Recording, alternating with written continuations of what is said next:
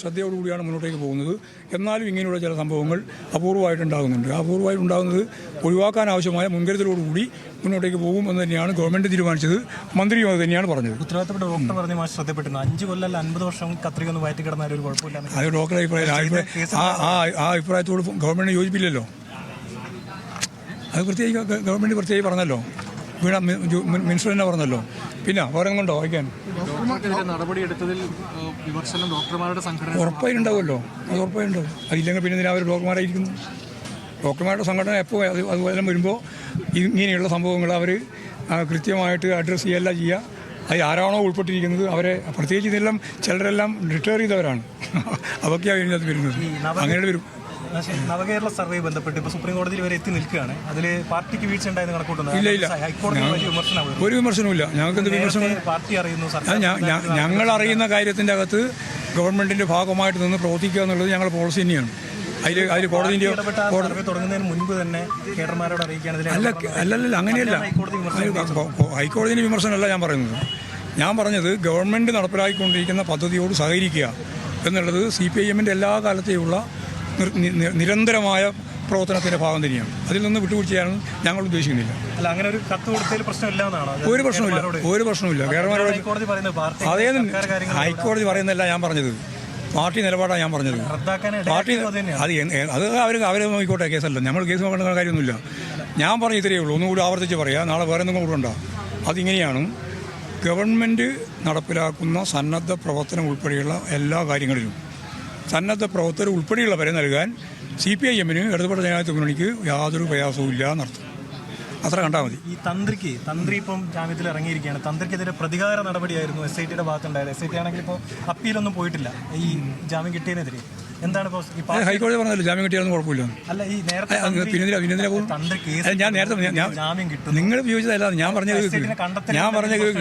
ഒരു പ്രശ്നവുമില്ല. അവർ പൂർത്തിയായിട്ടില്ലല്ലോ. കണ്ടെത്തണ്ടേ? കണ്ടെത്തിക്കൊണ്ടിരിക്കുകയല്ലേ ഉള്ളൂ. ആ കേസന്വേഷണം പൂർത്തിയായിട്ടില്ലല്ലോ. പൂർത്തിയായിട്ട് വരുമ്പം എന്താണ് ചാർജ്, അതുപോലെ തന്നെ ഈ തന്ത്രിൻ്റെ ചാർജ് എന്താണെന്നൊക്കെ പറയും. അന്നേരം നോക്കാം. ധൃതിപ്പെടണ്ട. ആർക്കാ കൊടുക്കേണ്ട കാര്യമുള്ളത്? കോൺഗ്രസിന്റെ ആരോപണം അതാണ്. അല്ല, കോൺഗ്രസിന്റെ ആരോപണം BJP-ന്റെ ആരോപണം. അത് നിങ്ങൾ കോൺഗ്രസിന്റെ കോൺഗ്രസിന്റെ ആളിനെ കിടക്കല്ലേ ഇടാ. പിന്നെ ഈ BJP-കാരൻ്റെ കാര്യം വെച്ചുകൊണ്ട് പറയേണ്ട വല്ല കാര്യമുണ്ടോ? കോൺഗ്രസിൻ്റെ തന്നെ സോണിയാഗാന്ധിയൊക്കെ കണ്ടതിനെപ്പറ്റി പറഞ്ഞിട്ടില്ലല്ലോ ഇതുവരെ. കോൺഗ്രസ് പറഞ്ഞോ?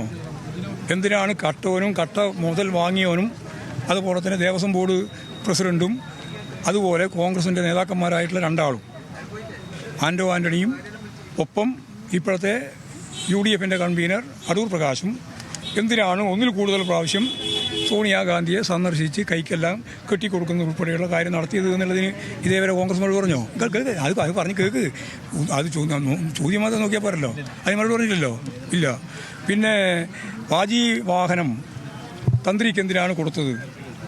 11.5 കിലോ തൂക്കമുള്ള ഏറ്റവും പ്രധാനപ്പെട്ട പഞ്ചലോഹങ്ങളാൽ നിർമ്മിച്ച സ്വർണം പൊതിഞ്ഞ വലിയ മൂല്യമുള്ള സ്വത്ത് എന്തിനാണ് ഇവർക്ക് നൽകിയത്? കൊടുക്കാൻ പാടില്ല എന്നാണല്ലോ കോടതി വ്യക്തമാക്കിയിട്ടുള്ളത്. അതെങ്ങനെ ആര് കൊടുത്തു? അപ്പോൾ അജിത് അറിയാൻ പറയുന്നത് ഞങ്ങൾ ശരിയായി കൊടുത്തതാണെന്ന്. അപ്പോൾ കൊടുത്തെന്ന് വ്യക്തമായിട്ടുണ്ട്. പിന്നെ ആ സന്ദർഭത്തിൽ തന്നെയാണ് കുടിമരത്തിന് യാതൊരു തകരാറും ഉണ്ടായിരിക്കുന്നില്ല എന്ന് എല്ലാവർക്കും മനസ്സിലായി. കാരണം സിമെൻറ്റിട്ട തറയിലായിരുന്നു. അപ്പോൾ ചെതല പിടിക്കില്ല എന്ന് ഉറപ്പാണ്. അപ്പോൾ അത് ഇവരെല്ലാം കൂടി ചേർന്ന് നടത്തിയിട്ടുള്ളൊരു ഗൂഢാലോചന തന്നെയാണ്. അതിനുവേണ്ടി പണം പിരിച്ചു കോടിക്കണക്കിന്. ആ പണം എവിടെയെന്ന് കോടതി ചോദിച്ചു. സ്വർണവും പിരിച്ചു. സ്വർണ്ണം എവിടെയെന്ന് ചോദിച്ചു. അന്ന് കോൺഗ്രസിൻ്റെ നേതാക്കന്മാർ തന്നെയാണ് അതിൻ്റെ ഭരണം. സംസ്ഥാന ഭരണവും അതെ, ദേവസ്വം ബോർഡ് ഭരണവും അതെ. അതുകൊണ്ട് കോടതി പറഞ്ഞു 10 കൊല്ലം അങ്ങോട്ടേക്കും 10 കൊല്ലം ഇങ്ങോട്ടേക്കും അന്വേഷിക്കണം. ആ അന്വേഷണം നടന്നുകൊണ്ടിരിക്കുകയാണ്. വിജിലൻസ് അന്വേഷണം നടക്കുകയാണ് ഒരു ഭാഗത്ത്. അപ്പോൾ ഇങ്ങനെയെല്ലാമുള്ള കാര്യം വന്നപ്പോൾ കോൺഗ്രസിന് മിണ്ടാട്ടില്ല. പിന്നെ ഈരടി ഉണ്ടാക്കിയിട്ട് പോച്ചിയൊക്കെ വെച്ചതാരപ്പ നിങ്ങളെല്ലാം കൂടി ചോദിച്ചില്ലേ? എന്നിട്ടാരാ ഉത്തരം? നിങ്ങളാരാ അന്ന് പറഞ്ഞത്? ആരാ പറഞ്ഞത്? സഖാക്കളാണപ്പ. ഇപ്പോഴോ മനസ്സിലായല്ലോ ആരാണെന്നും. ആരാ? KC വേണുഗോപാലിനാണപ്പ എന്ന ഉത്തരം കിട്ടിയപ്പോൾ പിന്നെ വർത്താനമില്ല, മുണ്ടാട്ടുമില്ല. ഒരു ചാനലിലും മുണ്ടാട്ടുമില്ല, ചർച്ചയുമില്ല, ഒരു യുക്കുമില്ല. അങ്ങോട്ട് അവസാനിപ്പിച്ചു. അപ്പോൾ നിങ്ങൾക്ക് CPM-നും ഇടതുപക്ഷ ജനാധിപത്യ മുന്നണിക്കും ഗവൺമെൻറ്റിനെതിരായിട്ട് വരുന്നത് വലിയ വാർത്ത. കോൺഗ്രസിനും BJP സന്ദർശന ഗാലറിയിലേക്കാണ് കടന്നുപോയത്. ആരെ പിടിച്ചപ്പോൾ? തന്ത്രീനെ പിടിച്ചപ്പോൾ BJP. പിന്നെ ED വന്നപ്പോൾ തന്ത്രീൻ്റെ അടുത്ത് മാത്രം പോയില്ല. എന്താ പോവാതെ? അപ്പോൾ സ്വാഭാവികമായിട്ട് ഇതൊക്കെ രാഷ്ട്രീയമാണ്. ഞങ്ങളൊരു കാര്യം അന്നേ പറഞ്ഞിട്ടുണ്ട്. സ്വർണം ഒരു തരി സ്വർണം നഷ്ടപ്പെടാൻ പാടില്ല. വളരെ പ്രധാനപ്പെട്ട ആരാണോ ഉത്തരവാദി അവരെ എല്ലാം പിടിക്കണം. ഒരാളെയും സംരക്ഷിക്കാനില്ല. എന്നാൽ ഇതെല്ലാം മാറി ഞങ്ങൾ സംരക്ഷിക്കാനുണ്ട് എന്ന് നാണം കെട്ട രീതിയിൽ പറഞ്ഞുകൊണ്ടിരിക്കുകയാണ് UDF, കോൺഗ്രസ്, BJP. അതാ കാര്യം. തന്ത്രിയിൽ ഈ പറയുന്ന പേരും കള്ളന്മാരെ പട്ടികയിൽ ഉൾപ്പെട്ടിരിക്കില്ലേ? ആരോഗ്യമന്ത്രി വീണ ജോർജിന് ശക്തമായ പ്രതിരോധം തീർക്കുകയാണ് CPIM. ഒറ്റപ്പെട്ട സംഭവങ്ങളാണ്.